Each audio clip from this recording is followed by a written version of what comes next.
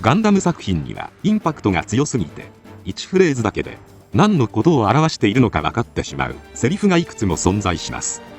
そのため、界隈内ではインパクトあるフレーズだけで会話する方も多く見られますが、中にはアニメ作中で言っていないセリフも多いため、何それと困惑してしまう方もいるのではないでしょうか。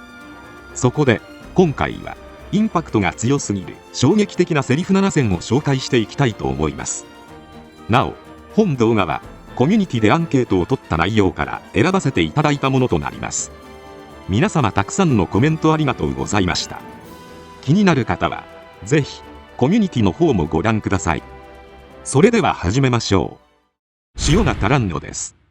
こちらは機動戦士ガンダムに登場するホワイトベースの料理長田村の話を指しており、アニメ16話でブライトに私の不注意です。塩がなくなりますが手に入りませんかと告げたシーンが元ネタとなっています。直前の戦闘で倉庫に攻撃を食らった際に塩を失ってしまったため、なんとか塩を調達できないかとブライトに問いかけている非常に真面目なシーンなのですが、突然塩の有無を聞いてくるシュールさや、その後作戦遂行のため補給を断念しようとするブライトに、塩がないと戦力に影響するぞと強めに進言する塩への執着力から、この話以降田村イコール塩の印象が定着したようです。ちなみに田村のセリフを塩が足らんのですと覚えている方も多く見られますが、実はそのようなセリフは劇中で一言も言っていません。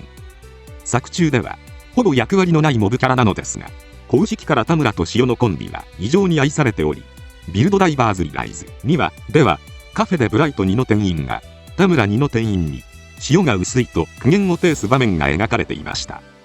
なお2018年にガンダムカフェとのコラボメニューとして田村コック長の気まぐれパイロットランチが提供されていたのですが、料理の内容は劇中の戦時下である状況に倣って戦況やその日の食材調達状況によって変更されたようです。また塩が足りないシーンをイメージし、あえて一部の盛り付けは塩分が控えめに調整されていますが、塩味が足りないと感じる方のために別途追加用の塩が提供されていました。塩は人間が生きるために必要不可欠なもので、戦時中の食事に対して深い意味を感じさせるエピソードなのですが、こういった話が盛り込まれるアニメはほとんど存在しないのではないでしょうか。富野監督のこだわりが感じられます。こちらはガンダムシードシリーズに登場するアスランザラ関連で使われるスラングで、もともとは機動戦士ガンダムエクストリーム VS にて登場したインフィニットジャスティスこと忍者で横格闘を放った際に聞けるセリフが由来です。もともと横格闘3段をキャンセルせずに入れるとというので、横格闘を2段でキャンセルして再び横格闘3段を放つとになります。本スラングが浸透したきっかけはシタラバ掲示板のインフィニティジャスティス研究スレッドと言われています。インフィニットジャスティスが初めて登場した頃、他機体同様性能の研究が行われていましたが、何とも言えない微妙な性能だったので、研究が停滞していく中、規制とも取れる叫び声を上げる妙に気合の入ったアスランのセリフネタの方が盛り上がるようになったとされています。そしていつの間にかスレはアスランのセリフで会話する人が増え、ネット上で浸透していったようです。ちなみにトゥトゥヘア以外にもゲーム発のネタセリフは多く、マッドなどでも使われる代表的なセリフとしては、射撃 CS を使った際のもうやめるんだや特角の7連続キックコンボ時のなどがあり、一度は聞いたことがあるという人も多いのではないでしょうか。ちなみに忍者スレではアスランの叫び声で盛り上がっていく中で、ネタセリフだけで会話する方も出てきたようで、もうやめるんだなど、もはや初見では何の話をしてるのかもわからない文字列が並んでいたようです。こちらはフィンファンネルを使用する際に用いられる言葉で、元ネタはゲームスーパーロボット対戦などでニューガンダムがフィンファンネルによって攻撃する際のゼリフとなっています。現在ではアムロがファンネルで攻撃する際のゼリフとして定着していますが、実は映画逆襲のシャア劇中でアムロはそんなこと一言も言っていません。しかしゼリフとしてはクエスパラヤが演習中に放った池ファンネルたちがありますが、劇中でアムロが技名のように武器名を叫ぶシーンは見られません。このセリフが誕生した経緯は不明ですが、おそらくガンダムには他ロボットアニメのように必殺技名が用意されているケースがほぼないため、ゲーム作品に参戦するにあたって武器名を必殺技として叫ばせるようになったと考えられます。実際スパロボのプロデューサーを務めた寺田貴信氏は自身の X でアムロ役を務めた古谷氏から劇中に登場しないセリフと指摘された上で、ゲームでのアレンジセリフということでご理解を得た上で送りましたと言及していました。なおこのスパロボで登場したのをきっかけに池ファンネルはファンネルで攻撃する際の決め台詞として定着した上に、他のゲーム作品でも攻撃の際に武器名を叫ぶシーンが多く見られます。ドラグーンの熱戦に焼かれて死ぬがいい。こちらはシードデスティニーに登場するレイザバレルに関連する言葉で、元ネタはアーケードゲームエクストリーム VS シリーズ9のレジェンドガンダムでドラグーンを用いた攻撃の際に発せられるセリフですが、こちらもアニメ内では全く言っていません。VS シリーズでは原作要素が全くないセリフが存在しており、本セリフもその一つなのですが、あまりにも原作の例のイメージとはかけ離れたセリフとなっているため、ゲームユーザーからキャラ崩壊セリフとして扱われるようになりました。ちなみにドラグーン以外にも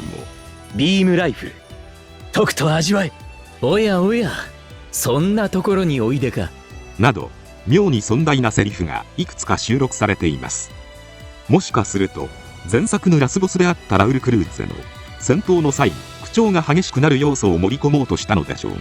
例はクルーゼほど狂気を持った口調にはならないため、結果としてキャラ崩壊っぽく見えるようになってしまったのではないでしょうか。アグには効くぜ。こちらはストライクガンダムの兵装アグニの強さを示すスラングで、元ネタはエクストリーム VS に登場するパーフェクトストライクの特殊射撃を使用した際にムーラフラガが発するセリフとなっています。シードシリーズには特徴的な武装名を戦術のフィンファンネル同様必殺技のように叫んでいるという要素がゲームユーザーの心をつかみ浸透していったようです。ちなみにこちらもアニメガンダムシード本編では一度も登場しておらず、エクバシリーズオリジナルのセリフとなっています。もともとエクストリーム VS マキシブーストにパーフェクトストライクが参戦してから実装されていたセリフでしたが、エクストリーム VS2 で本機がアグニ含め大幅に強化を受け環境入りしたことから、アグニの強さを実感する方が増えた頃から浸透していったようです。ちなみにクロスブーストでパーフェクトストライクが下方修正を受けた際にはアグニは効かないぜと言われることもありました。やられちまう。こちらは敵に撃墜される際に使用されるスラングで、クソゲーと名高いガンダム0079ジワーフォーアースにてリュウ・ホセイがシャアに撃墜された際に言いかけたやられちまうが爆発に巻き込まれ途切れたため、やられちばとユーザーに聞こえたことが元ネタとなっています。おそらくあの赤い彗星とやり合って生きてるとはラッキーボーイだぜと並び本作を代表する有名スラングなのではないでしょうか。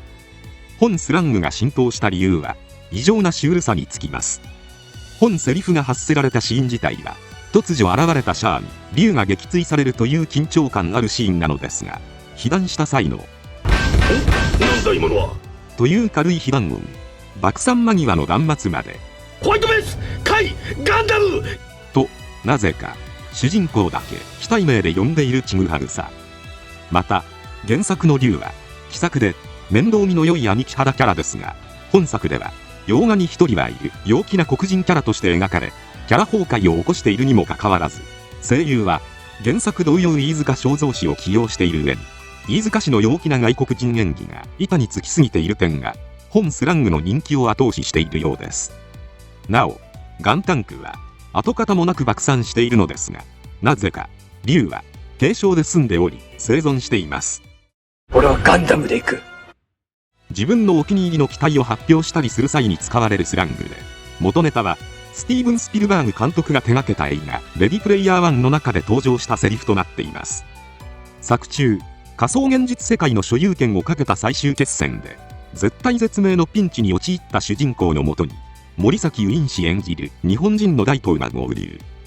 そして2分間だけ好きなキャラに変身できるアイテムを使用し、彼が愛するガンダムに変身するのですが、その際に放ったセリフが「俺はガンダムで行く」